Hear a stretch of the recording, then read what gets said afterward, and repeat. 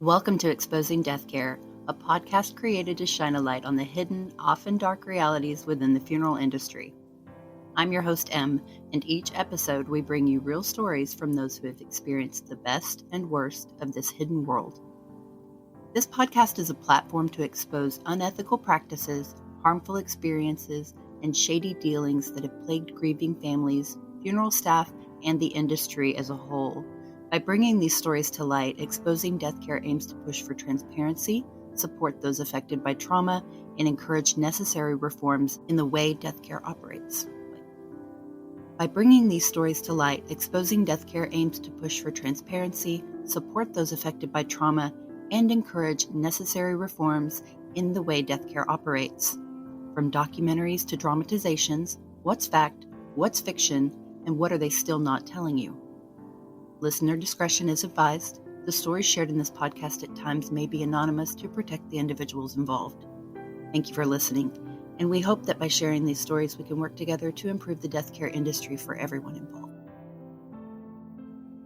And welcome back to Exposing Deathcare, the podcast. Changing up the format a little bit today, we're going to talk about mushrooms, marketing, and mycelium and things since this mushroom casket is taking off.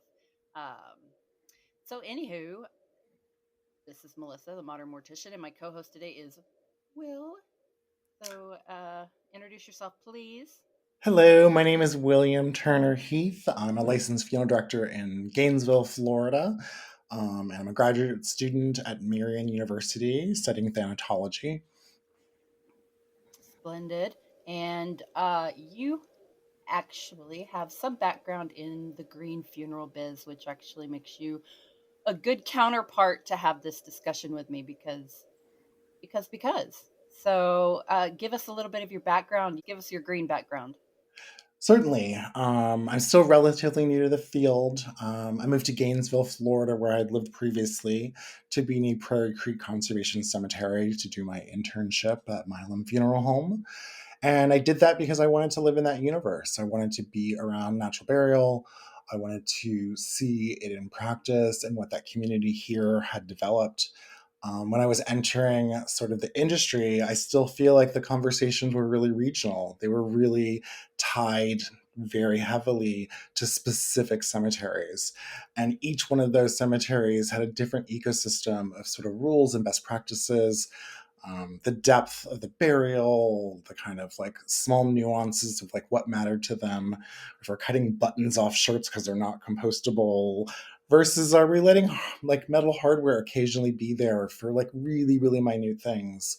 Like I have observed in traveling the United States, just regionally specific kind of customs and sensibilities about what matter. And that was really beautiful to be around that. I've gone on to last year spending an entire year trying to see if I could develop a market that was exclusively for natural burial. And that was an incredibly interesting experience to see that. I have a really radical community that has people who are citizens who sort of bypass the system with final friends. And while that isn't an economic model that I can live through, I'm really just in awe that there are people who are doing these kinds of things and sort of moving around the funeral industry and how it's pressing the funeral industry to like finally listen a little bit. And I think the conversation that you want to have is really important because we have these two sides of the spectrum where we see these like global corporations who want to capitalize on this and then what they make. And then we see regional artisans and what they want to make. And then we see the consumer with these kinds of options finally and more marketplaces. And then what do they pick? And how does the thing that each side of the spectrum make bring us into a kind of equilibrium and keep pressing us slowly to move the middle? Agreed. Very good. In your time observing and getting into the death care industry, you've seen it gone from very, very few educators to almost like everybody seems to know something about green. Yeah, absolutely. And the time that I've entered the field and like kind of the right before the pandemic, to now, we've seen an explosion of people who are creating content. And I think part of that's because we were all living at home. And so suddenly we were all sort of in this space of like maybe being a maker online and a content maker. And I've seen a lot of it peter out because it's not providing an income for so many people. But I love that it's become a grassroots thing. I love that so many doulas are making content about it. So many people are claiming a sort of educator, and it's become a space of activism. I don't know if it's become a profession, but it's become something you need to participate in if you're going to be relevant. It's been interesting to see the people who've sort of come and go, and the people who've just continued to persistently make content. And that's really important. You're someone who I was aware of, and you've just continued to make content, and that's important. Like there are people who like stay with this conversation, and it isn't a flash in the pan. I hope people continue to do it and normalize the conversations. Yes, I agree with you. I will say it is not a living. I want to tell with 116,000 followers on TikTok and about 100,000 on Instagram. I made a total of maybe $7 between the two platforms last month. That's wild. I'm so Not a living. I mean, like obviously I don't post daily and do all the other things. I barely have anything in the TikTok shop. I do have this little reaper that nobody can see except for you, that holds a little plastic element cup. I got it for free, so I promoted it in the TikTok shop. But yeah, it's definitely not a living. It's not a living. It's got to be a passion.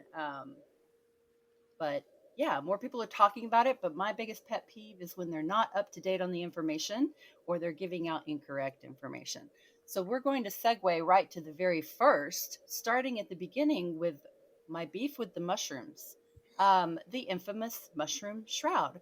So if you've been in or around the green burial space anytime in the last decade, you've probably actually seen it. A black burial garment embedded with spores, promising to help your body decompose faster, detoxify what's left behind, and return you to the earth in the most eco conscious way imaginable. That's what they hoped. That's what they hoped, and that's what was being pitched to the industry. But what people weren't seeing behind the curtain was how little science there really was backing it. No published research, no comparative decomp studies, nothing that would justify the hype. I particularly had background in that, and I've had a previous podcast about the mushroom shroud. Give me your thoughts. I absolutely was excited that the public was excited. And this is the place where you and I are different. And I adore you for being this bulldog, this sort of investigative journalist. But the other part of me that used to be an artist and a curator also celebrates things that are concepts because they move the mark. And so I kind of experienced the mushroom suit simultaneously as both, oh wow, I'm so excited, the public's excited, and read that 3-part article that really dug into, super corny pun, really dug into like the aeration of soils, the fact that like shiitake and oyster mushrooms aren't going to specifically be doing what they're saying they're going to be doing. Like those are going to be decomposing like wood-based coffins. And are these mushrooms regional? Like this is a complicated conversation in trying to then marry it with the kind of business side of producing an object. I mean, ultimately, there needs to be like a regional version of this because a prairie is going to be different than a forest mycelium. And what is it really doing? Is it actually accelerating the decomposition at a level that the nitrogen can be absorbed? Was one of the big things that that 3-part article was talking about. Like it was maybe accelerating too fast if it in concept worked. There's so much science behind like looking at like, does this deliver what it's promising? And then there's the beauty of the public falling in love with the idea and the mushroom as a muse. And the same way you've taken to task sort of people who are doing the become a tree and the capsule mundi, which like didn't work also, the public is still calling and asking about these products and their concept products. And I I let go of the skeptical because it's not the solution. but it moves the mark in a tremendous way that brings people often and more frequently to natural burial. And I think the sexiness of design is important and inherently is greenwashing, but I'm also okay with that. Like, it's a kind of harm reduction that I kind of not champion, but I'm very happy for. That's the kind of position I take. Here we are now. We have mushrooms just culturally are having a moment on so many levels. I'm involved in an end of life psychedelic group called eolpc.org, and that has captured people in spirit and ceremony and the idea of like the mushroom and the kind of implications of psychedelics. We're having a large moment where people are in love. I mean, I go to the mall and I see shirts in every store of skeletons and mushrooms and decomposition, and like it's breached the kind of public mall consciousness of consumers, and that I celebrate. I think I th- I think I can agree with everything you put out there. Like, lean into it because I don't want you to not sharpen your claws. Like, go for it because I love reading you because of that. Well, okay, so I appreciate everything that you said, and I never did look at it as a concept piece. I think because, and I think that would have made me look at it a lot differently if it had been described to me as a concept piece. But on the inside, what I was experiencing were individuals that I looked up to that I thought were my colleagues, my equals, even though I've been called the dollar store equivalent of.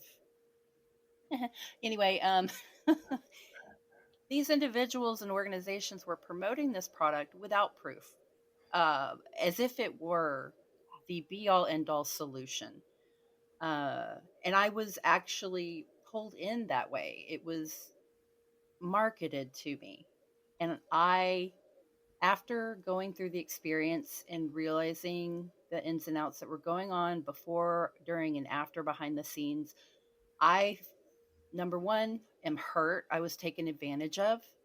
I was never paid or acknowledged for the hours that I volunteered to this project. Even a thank you email would have sufficed. That would have sufficed. I'd never have mentioned it. This portion right here, the hurtness, had just an email come in.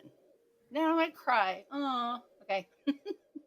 There goes my stinking emotions. Okay. Seriously though, because I invited an individual who wasn't in Deathcare into my place of business, my place where I was working. So there had to be a large amount of trust there.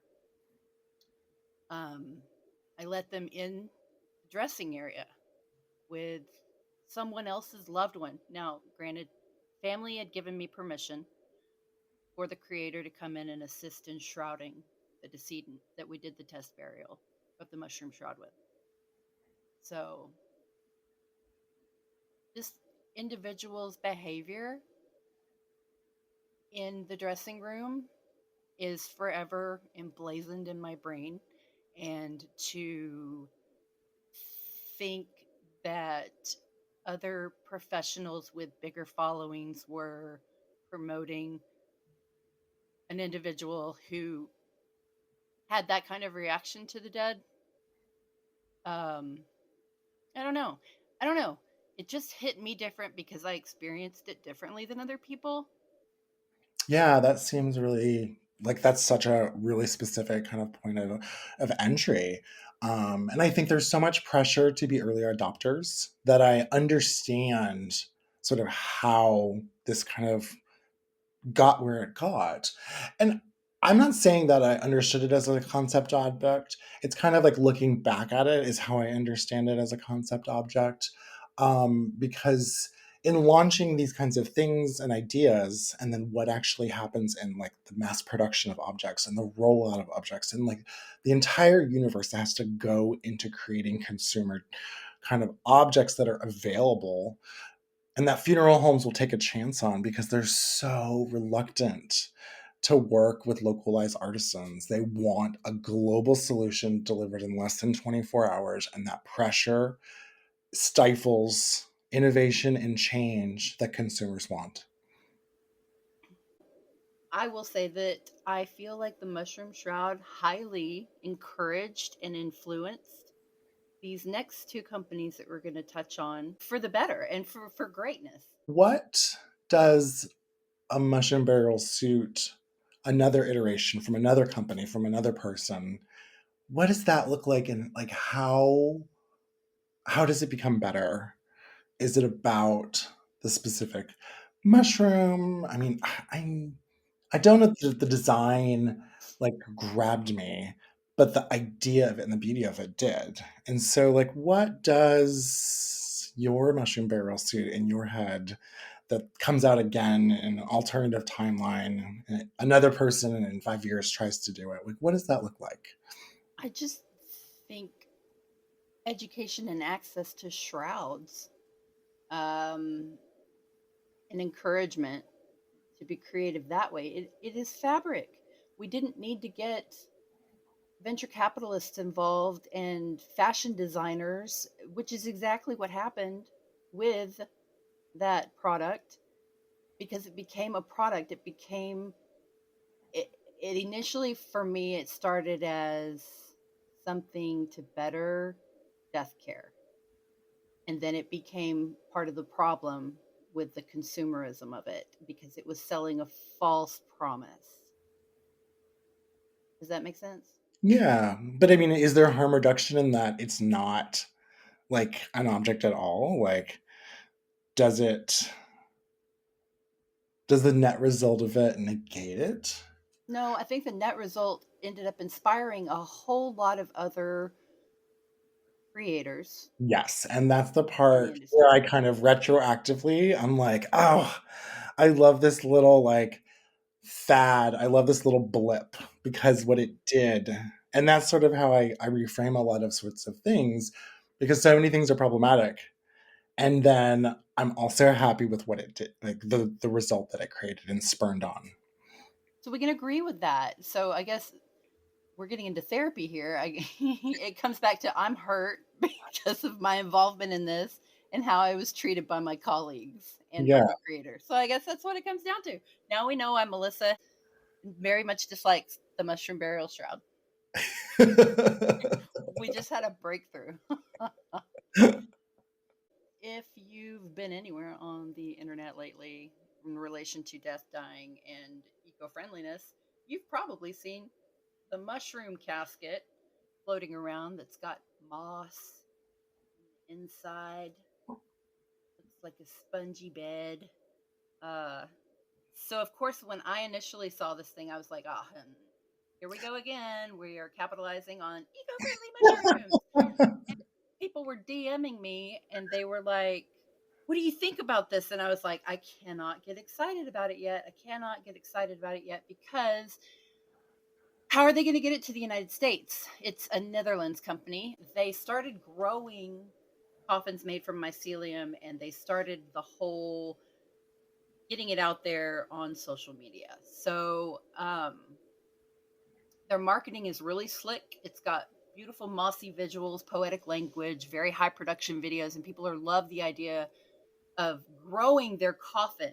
And of course, my skepticism was kicking in when it was like, okay, now we have to bring all these over from across seas, just like we're doing with our wicker baskets and other stuff when we have small businesses again.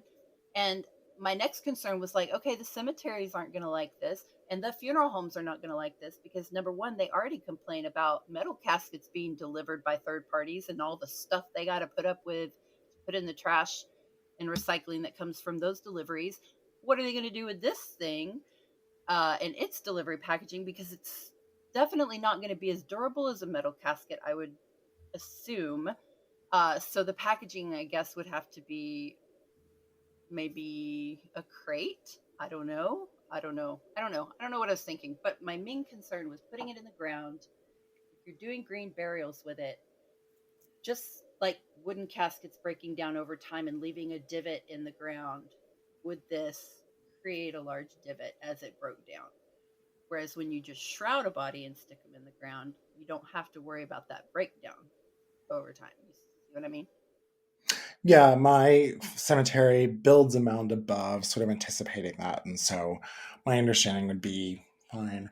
I mean, ultimately, it's about the distribution and access and like the breaking news and why we're talking about this. Like, this object's been around for a second, is that Titan is carrying it. And so that system of distribution and accessibility, those are the things that funeral homes care about. And those are the things that'll even make them consider kind of looking at things like this. They don't want all of the back and forth of the local because it is not as seamless. It's not as no thinking about it.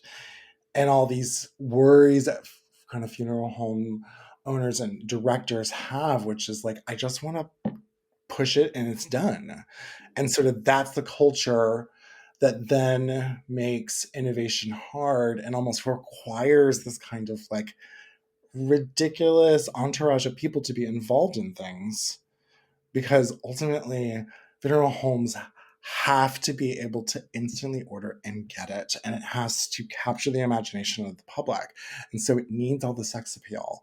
And I love the sex appeal, I love the object in terms of just like looking at it and it being a thing.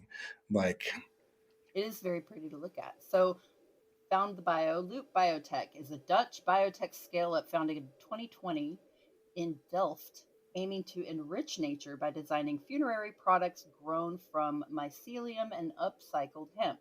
So their key products are the Loop Living Coffin, which is a biodegradable coffin grown in 7 days, composed solely of mycelium and hemp. It's 100% natural, green leaf certified, and it breaks down to a nutrient rich soil within 45 days, according to their website. Forest Bed is an open coffin cot carrier. That sounds really awesome. Also grown in 7 days, lined with moss, biodegrades similarly and returns nutrients to the earth.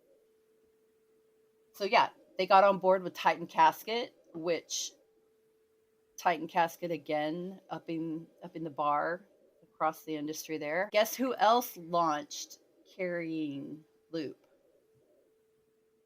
actually, I don't know, so tell me about that. Passages.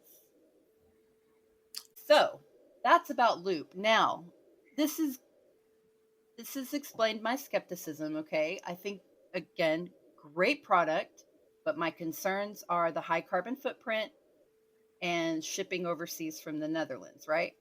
Well, when Titan Casket announced that they were going to be carrying this, someone was in their comments going, "What about Setas Mushrooms? They're out of Pennsylvania." And I went, "What? Who?"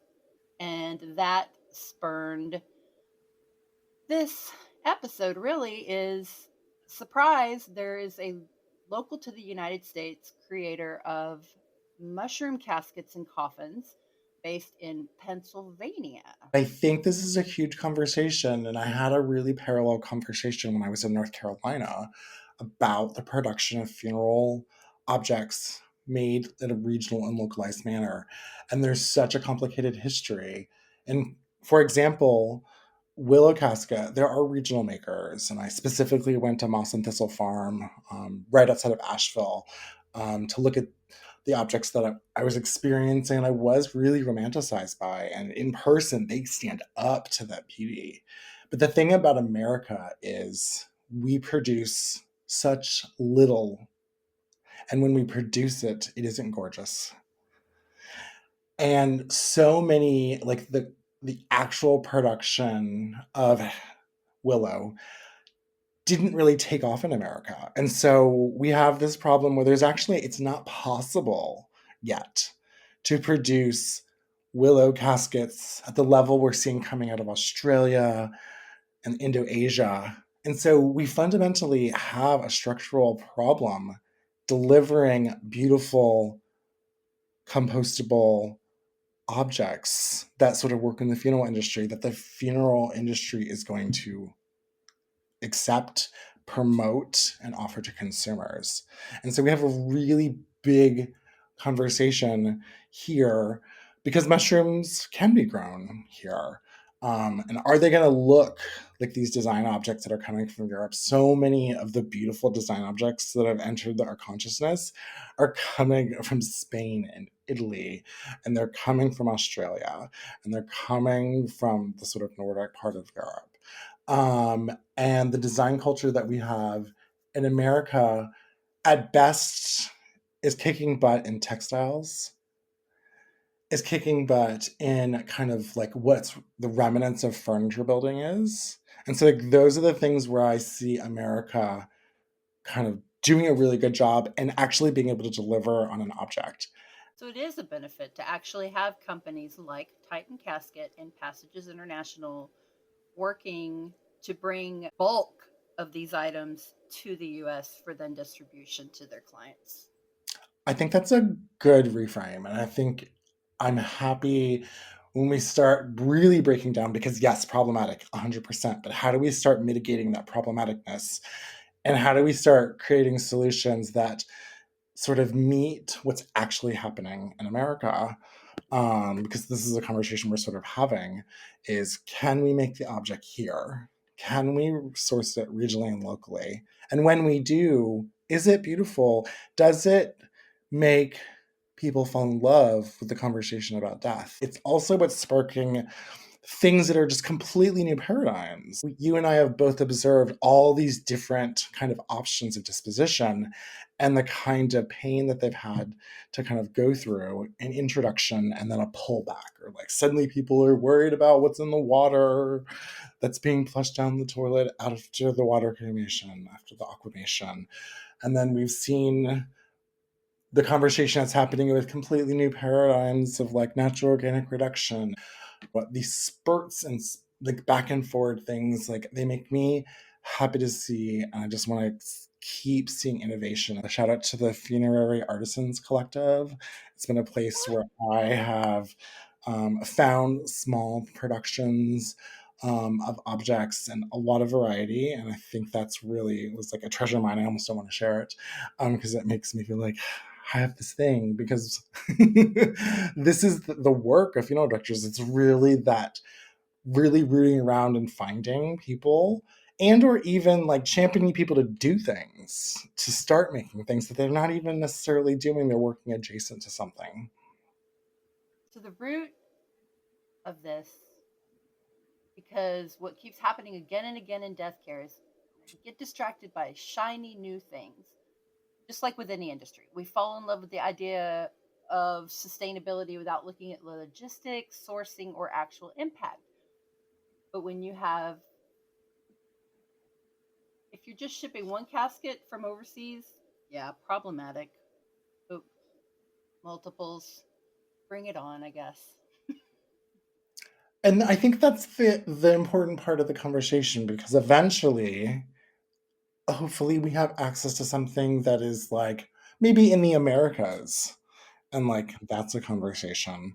Because really, when we're bringing things all the way from Australia, that's an enormous universe. I was visiting the Last Hurrah, who are just like such heroes of mine, and I've enjoyed interacting with them so much. And they showed me an urn that was made of cigarette butts. And it was a clunky and funny object that was really sweet, and um, ultimately was keeping trash out of landfills. And so that was an object that was like really gave me pause, because it doesn't have this kind of like mushroom muse. It has this kind of opposite kind of thing. And so, can we imagine things in this way that the net result gets us something really powerful? In the same way that, can we go to a local cemetery and have conversations about having a hybrid cemetery, allowing for there not to be a vault, and really having these conversations where we sort of change the infrastructure. My municipal cemetery, after being on the board of directors for the last 2 years, we were able to change the law of the cemetery, which took time, but it wasn't this barrier that I thought it was going to be. And we now, just recently, have made our municipal cemetery hybrid, and that doesn't have the sex appeal, that doesn't have the flash and glitter. But if we spent time making more cemeteries hybrid, like that kind of thing is an enormous gesture that really moves the mark, but it doesn't have the kind of like da da da da new and Razzle, razzle, nice. dazzle. It doesn't razzle dazzle. And so I Mm-hmm. think in some ways it's like bringing more objects at one time from faraway places, and then also this really pragmatic thing, which is like, let's just make all the cemeteries, or as many as cemeteries as possible, into hybrid cemeteries, or loosen the kind of obsession with perfectly flat. Like, can we have a rumpy bumpy, like uneven surface? Is it the end of the world? Like, how dangerous does it become to the elderly? Can we mitigate these kinds of things? And ultimately, like, these are like micro conversations in small universes, and each one is a different answer. And how do we press on so many people? And their answer is all these people who are now talking about death care, like, they can become collectives of energy to do that. And Mm-hmm. that's really where I think we're going to see a lot of energy going. We're going to see these big kind of high concept spaces that have actualized, and then we're going to see this kind of really regional response to things. And those things can be so many things. In fact, there almost needs to be like a think group that's sort of like just sort of spitballs these ideas and launch campaigns to see if people will grab onto this. Like, what would it look like for just a hybrid cemetery campaign across the United States by sort of anyone who will get involved in that? Mm-hmm. Not a bad point. You might want to spearhead that. How to send people to your social media. Your next project is, well, before we wrap this up, I do want to thank you, Will, for joining me today. This topic needed unpacking, and I appreciate you walking me through it and unpacking that, and your willingness to call it like it is. Thank you. I always enjoy our conversations, and the back and forth that we have is to kind of like nail things as they come. And then thank you for that. Any other companies that may be existing out there that are like, why don't you know about me yet? Can you get in my DMs? Or that's all I can hope for. And then if you're listening and you made it this far, thank you. Our industry can be really hard to navigate, and the truth is, despite what you may think about me, we're not here to shame anyone.